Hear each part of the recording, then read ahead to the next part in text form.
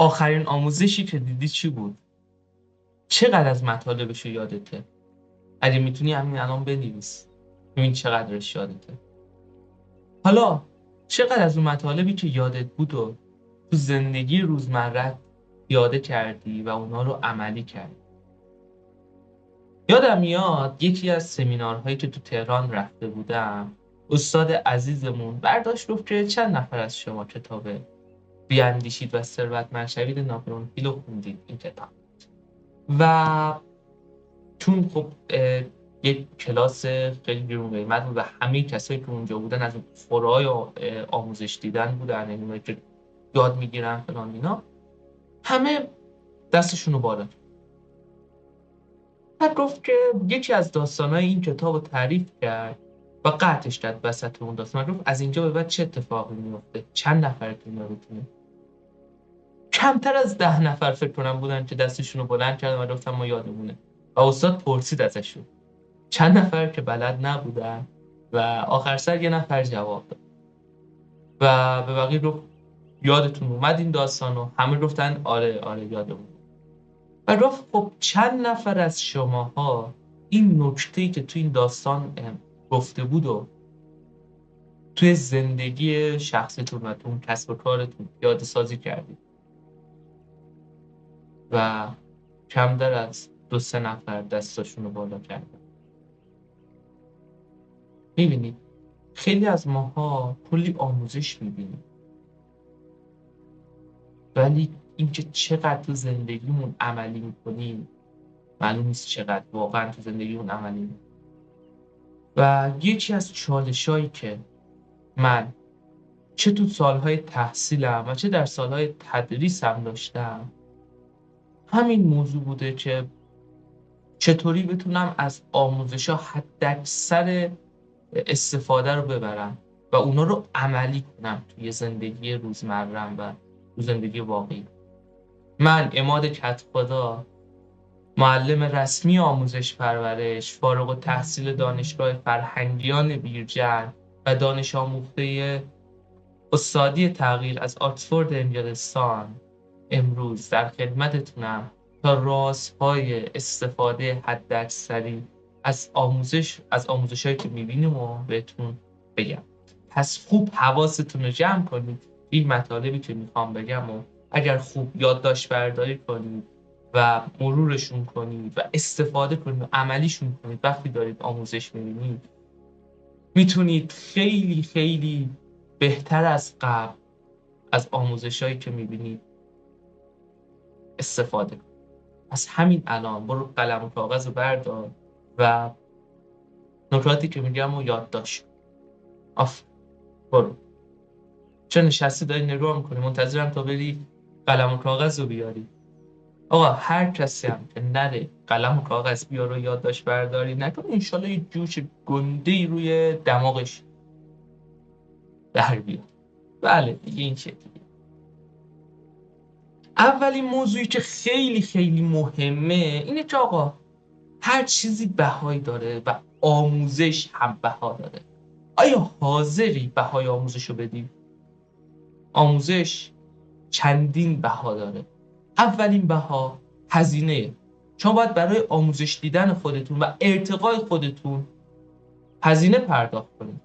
حالا درسته آموزش‌های رایگانی هست که رایگان در اختیارتون قرار میگیره و اصلا هیچ آموزشی رایگان نیست، چون اون مدرس کلی زحمت کشیده از پول ادیتور، پول دستگاهی که ضبط کرده و تمام اینا و هیچ چیزی رایگان نیست. حتی اون اینترنتی که مصرف میشه تا شما دانلود کنید اون آموزشو. پس هیچ آموزشی رایگان نیست، ولی حتی اگه رایگان در اختیارتون قرار میگیره بدونید که کلی هزینه داره و شما باید این هزینه ها رو بدید. چقدر از درآمدتون رو اختصاص میدید به اون هزینه‌ای که باید برای آموزش بدید؟ و اصلا آخرین کتابی که خریدین چند وقت پیش بوده؟ آخرین دوره آموزشی که خریدین چند وقت پیش بوده؟ البته شمایی که دارید این موضوع رو نگاه می‌کنید حتما جزو کسایی هستین که آموزش می‌بینید و این موضوع رو رد کردیم، ولی این هزینه شاید پایین ترین بهایی که برای آموزش میدید. مورد بعدی بهای زمانه. شما باید زمانتون رو برای آموزش دیدن خالی کنید و اختصاص بدید. و آیا چقدر از زمانتون رو اختصاص میدید و چه زمانی در روزتون اختصاص میدید؟ شب که خسته اید و حال ندارید و بیکاری برم مثلا چند صفحه کتاب بخونم یا مثلا 5 دقیقه آموزش ببینم، یا توی ساعت پر انرژی که هستید مثلا اول صبح و اون موقع رو اختصاص بدید به آموزش دیدن؟ کدوم یکی رو؟ هرچی زمان بهتر و زمانی که پر انرژی تر هستید و اختصاص بدید به آموزش، بیشتر میتونید استفاده کنید از آموزش و بیشتر توشه بردارید از اون مطالبی که مدرس میگه. موضوع بعدی اون استانداردهای ذهنیتونه. کسی تو آموزش میبینه باید بتونه استانداردهای ذهنیش رو عوض کنه، بتونه تعصباتش رو کنار بذاره و بدون تعصب آموزش ببینه. و اگر یه چیزی مدرس رو که مخالفش بود، بره اون موضوع رو امتحان کنه و ببینه جواب میده یا نه، که اگه جواب داد اون تعصبش رو بذاره کنار و باورهای قبلیش رو عوض کنه. ولی جواب نداد بعد از چندین بار امتحان، بازم کلی درسه که بدونه که این موضوع جواب نداده. خب پس چقدر شما حاضرید اون استانداردهای ذهنیتون رو عوض کنید؟ بعضیا هستن فقط آموزشایی رو میبینن که موافق اون استانداردهای ذهنیشونه و این هیچ تغییری تو زندگیشون ایجاد نمیشه، چون همون چیزایی که میدونسته رو فقط داره بیشتر میبینه تا بیشتر تثبیت بشه و چیز جدیدی نمیگیره. این خیلی خیلی مهمه. یه بهای دیگه لحظه حال. شما لحظه حال از دست میدید. مثلا همین الان که دارین این ویدیو رو میبینید، میتونستید هر جای دیگه‌ای باشید و مشغول به هر کار دیگه‌ای. میتونستید برید تو اینستاگرام، میتونستید برید توی کوچه، توی هر جایی میتونستید برید مثلا بیرون خرید کنید، گردش، مهمونی، هر جایی تو بالا خودتون. ولی چون لحظه حال از دست میدید، تو یه چیزی آموزش ببینید که در آینده اونو استفاده کنید تا زندگیتون بهتر میشه.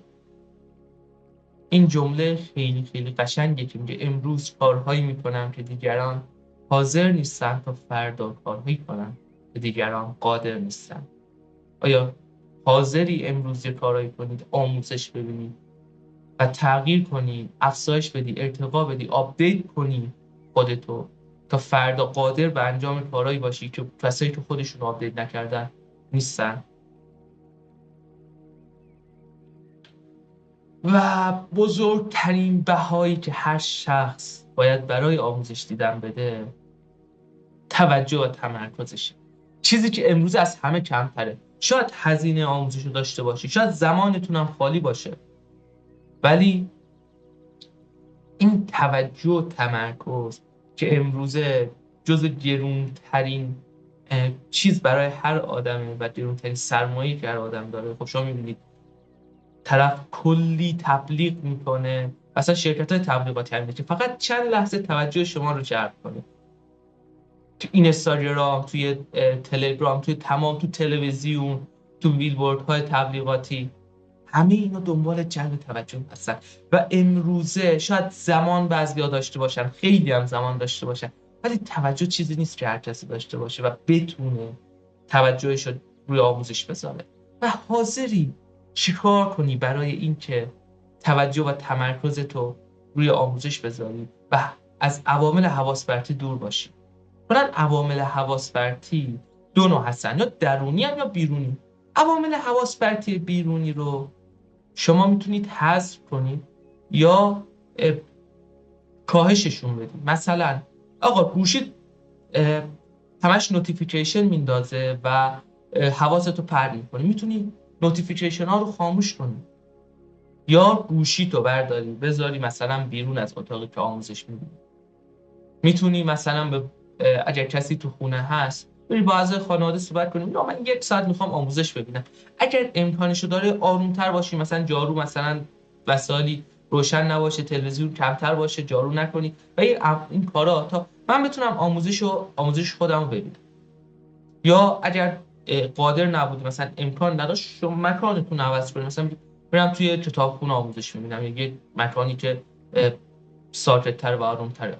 و عواملی هستن حواس پرتی درونی که اینا خیلی بده. این فکرایی که دائم به ذهنمون میاد، اون چیزایی که باید فلان کار انجام میدم، مثلا وسط آموزش دیدنیم در حال یادداشت برداری، فلان حرف رو یادم باشه دیدمش یه تیکه‌ای وارش نامرد. خب این مواردی که این شکلی تو ذهنتون میاد، یا هی مثلا راستی فلان چیزو نخرید، یادم باشه به مامانم بگم که مثلا لباسامو بیشوره.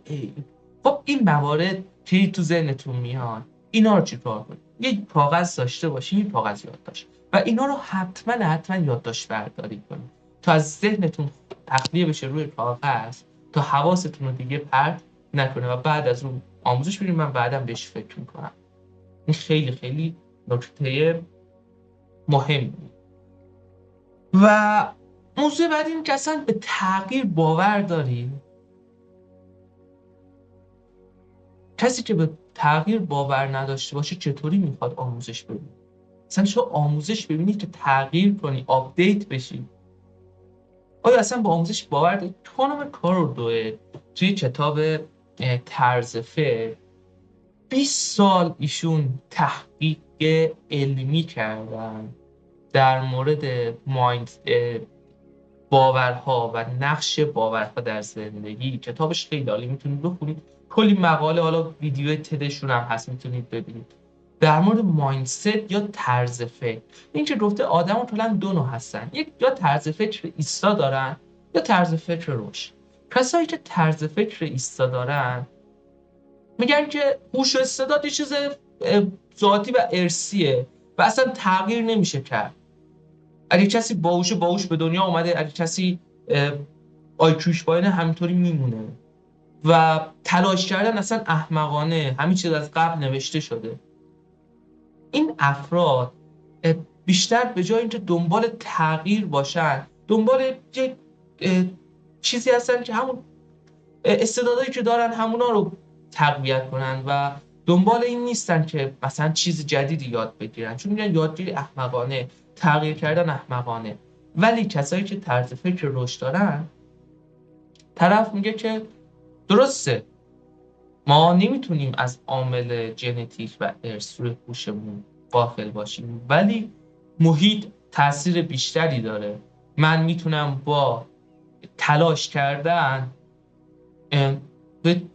چیز کنم، یعنی خودم رو ارتقا بدم و تغییر کنم. این افراد میگن من به جایی که قربانی تقدیر باشم، استاد تغییر میشم.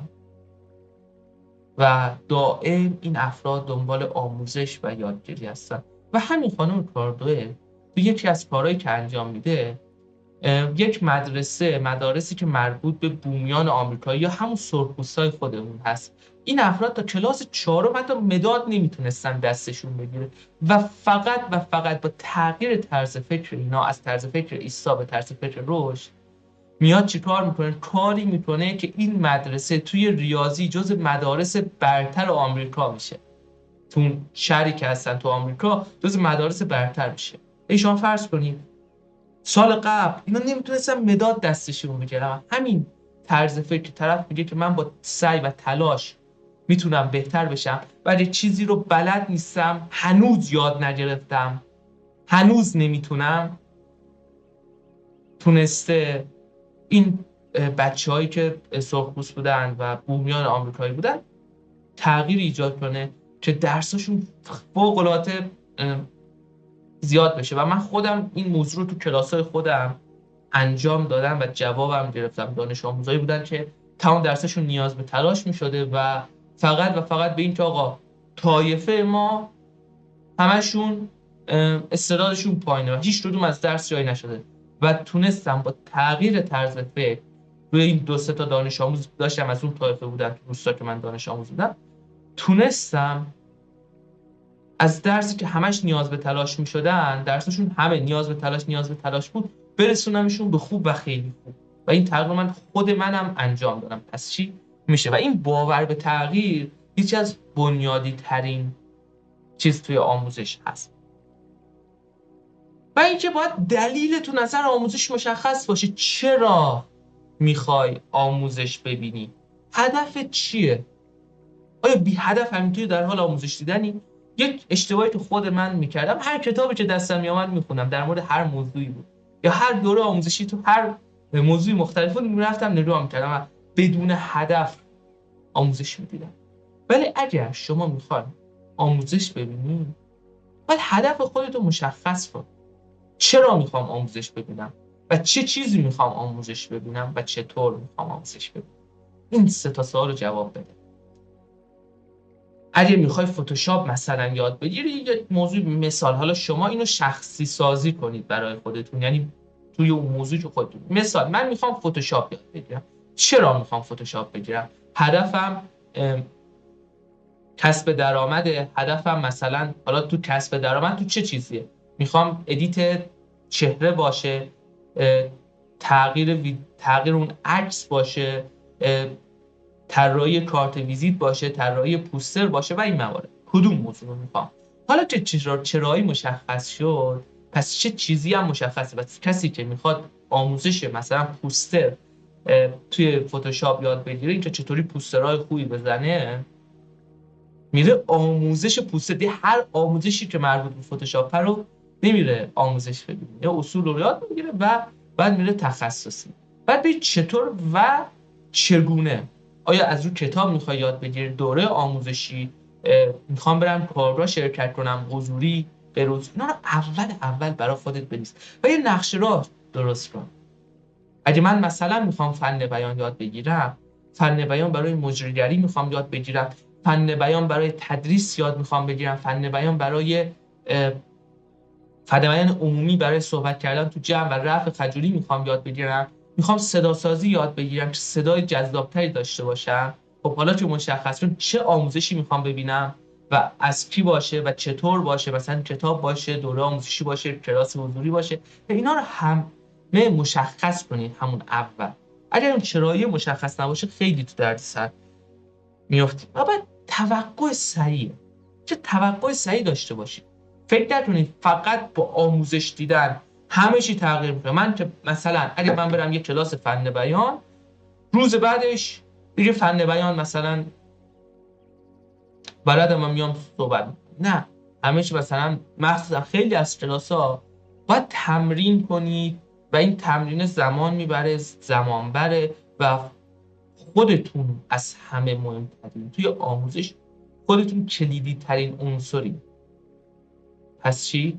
پس زیاد توی دنبالی نباشین که فکر کنید فقط با رفتن به کلاس میتونید تغییر کنید و اون آموزش کاربردی میشه. نه، آموزش دیدن خیلی خوبه، ولی عمل کردن به اون آموزش ها دست شما، نه دست استاد، نه دست نویسنده و غیره. و ببینید آقا، آیا بدبین هستید به آموزش یا نه؟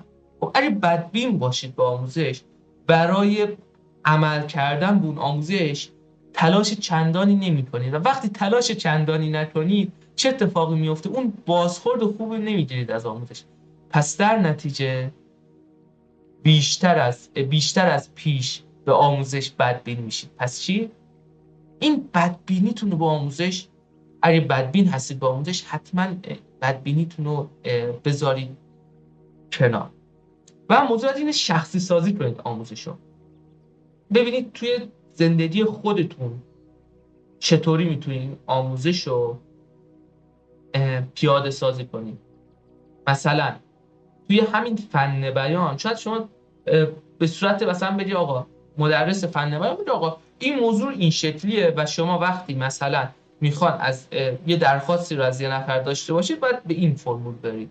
ولی شما بسته به موقعیتتون میگید خب من اگه بخوام از استادم درخواست کنم توی این فرمول چطوری میشه، اگر بخوام مثلا از همسرم یا پدر مادرم درخواست کنم توی این فرمول چطوری میشه، و خودتون شخصی سازی کنید و اینا رو تو زندگی روزمره‌تون بیارید. و خیلی مثلا مطالب اصلا بومی سازی نیستن، خیلی از کتاب‌های مرجع رشد فردی نویسنداش خارجی هستن، مخصوصا آمریکایی، و اینا رو مثلا تو فرهنگ آمریکا هست. ببینید تو فرهنگ ایران جواب میده، چطوری چه تغییراتی توش ایجاد کنیم تا جواب بده. و این موارد و شخصی سازی هم از همه یک موضوع خیلی خیلی مهمیه. و یا دنبال جمع کردن مطالبی یا عمل به مطلب. بعضیا میگن فقط دنبال جمع کردن مطلب.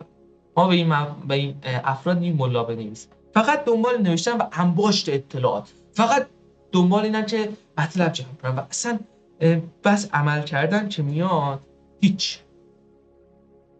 و یک موضوعی که خیلی از مطالب تکراریه، بعضی به مطالب تکراری که میرسن ردش می‌کنن. ولی اینو بدونید که مطالب تکراری از همه مهمتره. و این چه چیزی رو نشون میده؟ معلوم میشه که اون خیلی مهم بوده. چرا من مثلا کتابم خوندم، نویسنده این موضوع رو گفته، تو فلان استاد تو فلان کلاسش هم اینو گفت، فلان شخص مثلا تو دوره آموزشیش هم اینم میگه، تو چند بار تو اینستاگرام هم دیدم. خب پس رد میشه نه اون چند بار. ولی وقتی افراد باهوش وقتی بینا میرسن، او چندین بار، مثلا بار پنجم ششم که من اینو میبینم و این موضوع رو میشنوم، پس حتما خیلی خیلی مهمه. پس من باید به این موضوع چندین برابر توجه داشته باشم و اون موضوع رو عملی کنم تو زندگی. پس این مطالب تکراری خیلی خیلی مهمه و دنبال مطالب جدید هیچ وقت تو آموزشا نباشید. دنبال به اون مطلبی باشید که عملی باشه و عمل به مطالب از همه چی مهمتره. و بعد یادداشت برداری میکنید. دیدن که کسایی که یادداشت برداری میکنن نسبت به کسایی که یادداشت برداری نمیکنن خیلی بیشتر بعد از کلاس مطالب یادشونه. مثلا 2 نفر میرن سر یه کلاس، استاد میاد 1 ساعت براشون صحبت میکنه. یه نفر یادداشت برداری کرده، یه نفر یادداشت برداری نکرده، فقط گوش کرده. 3-4 روز بعد حتی اگه مرور نکنیم، در صورت مرور نکردن یادداشتاش هم ازش بگیرن، از اون شخصی که یادداشت کرده. بعد از چند هفته یا چند روز بعد برم به از این 2 نفر بگن اون استاد سر کلاس چی رو، اون شخصی که یادداشت کرده بیشتر مطالب یادشه. پس چی؟ یادداشت برداری خیلی خیلی مهمه، ولی به تنهایی اثرگذاریش زیاد نیست و تکرار و تمرین، مرور کردن اون مطالب از همه چی مهمتره. اگر فقط یادداشت کنیم و بمونه لای دفتر و جزوه، که میمونن چیزای دانشگاه و مدرسه که ما آخر نفهمیدیم واقعا تانجانت باعث میشد رابطمون بهتر بشه، به میم تو جلسه خواستگاری استفاده میشه، اینا هم نوشتیم ولی خب هیچ وقت هم نفهمیم تو زندگیمون چطوری استفاده کنیم. ولی این موضوع، این تکرار و تمرین یادداشت‌ها، بازیابی مطالب خیلی خیلی مهمه. اینکه دوباره مطالب رو بخونی و یادآوری بشه براتون چقدر خوبه. بعد 1 روز، بعد 3 روز و بعد 1 هفته شما اگه این مطالب رو مرور کنی، تا حد خیلی خیلی زیادی رو دیگه فراموش نمی‌کنی. بعد از چند وقتی مثل من سر یه سمیناری بودی و استاد بلند شد بهتون گفت از فلان موضوع که یادشه، شما مطمئنا دستتون رو بالا می‌کنید. از چی یادداشت کردن و مرور کردن خیلی خیلی مهمه. و تمرین کردن اینه که اگر یه نفر یه تکنیکی بهتون میگه، مثلا تو کلاس‌های رشد فردی یا مثلا حتی تو کلاس‌های عملی، مثلا فتوشاپ، پریمیر یا هر کلاسی، وقتی یه نکته یاد گرفتین برین اون موضوع رو عملی کنید، تمرین کنید و فکر نکنید حتی با 1 بار تمرین کردن کافیه. معمولا تو تمارین اولمون گند میزنیم و اشتباه میکنیم و خیلی هم سخته، خیلی فشار بمونه. ولی هرچی بیشتر تمرین کنیم استاد اون کار میشیم و به اصطلاح تو اون کار عادتمون میشه و خیلی خیلی راحت میتونیم اون کار رو انجام بدیم. دقیقا مثل رانندگی، هرچی ما بیشتر رانندگی کنیم راحت تره. من اون اوایلی که آدم میشینه پشت ماشین خیلی سخته، خیلی فشار به مغز آدم میاد، مثلا کسی قبلش نشسته باشه پشت ماشین، یعنی اولین دفعه که میشینه پشت فرمان خیلی سخته. تهش میتونه در حد 10 دقیقه 20 دقیقه رانندگی کنه، دیگه بعدش خسته میشه، ذهنش مثلا خسته میشه و نمیتونه اون کارو انجام بده. ولی بعد مدت میبینه طرف 5-6 ساعت 10 ساعت رانندگی میکنه و اصلا خسته نمیشه. چرا؟ چون موضوع عادت شد. پس چی؟ شما هم هر موضوعی که توی کلاس‌ها یاد میگیرید برید سعی کنید عملیش کنید و آگاهانه، تمرین آگاهانه داشته باشید. یعنی وقتی تمرین کنید آگاه باشید به اون تمرین تا بتونید بهتر کنید.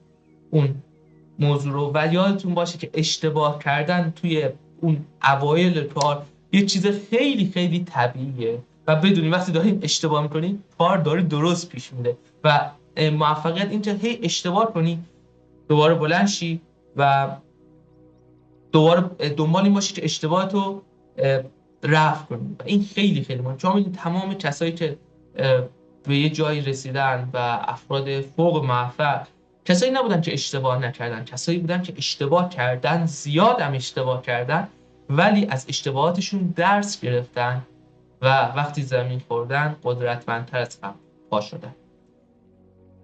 این مطالبی که گفتم خب خیلی مطالب پیش پا افتاده و ساده ای بود، ولی آیا عمل کردن بهشون هم راحته؟ خیلی. میگم انجام دادن اگه تا حالا یادداشت برداری نمی‌کردی سخته یادداشت برداری کنی تا اینکه عادت بشی یادداشت برداری برات و اون اوایل حتما خیلی سختتون خواهد بود. یا مطالب دیگه خب میگم مطالب خیلی کلا آسونه، فقط عمل کردن بهشون سخته. خب یادم میاد یه دکتری گفتم پانکراس چطوری عمل میشه رو دقیقاً مراحلش رو و طرد 1 دقیقه بیشتر طول نکشید من رو شکم مثلا میبریم این شکلی میشه با فلان جراحی میبریم و این انجام میشه و برمیداریم و مثلا چیز میگم بعد میگم خب اینجا خیلی آسونه. میگه درسته گفتنش آسونه ولی عمل کردن بهش و انجام دادنش برای یه بار یه اشتباهی مثلا اون وسط پیش بیاد خیلی سخته. 4-5 سال حداقل طول میکشه تو این عمل پانکراس.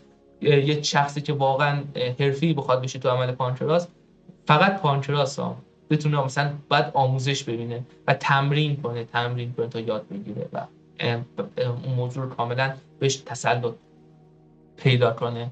پس چی این مطالب هم میگم آسون بود، همینطوری خیلی راحت ازش نگذرید و برید.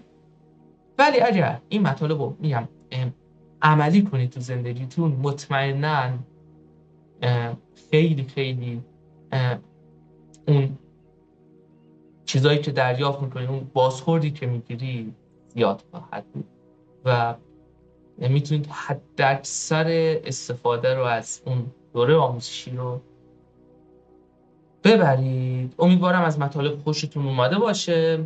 من عماد کدخدا هستم و اگر خوشتون اومد میتونید از بقیه آموزش‌های ما استفاده کنید. شما رو به خدای بزرگ میسپارم. خدا یار و نگهدارتون.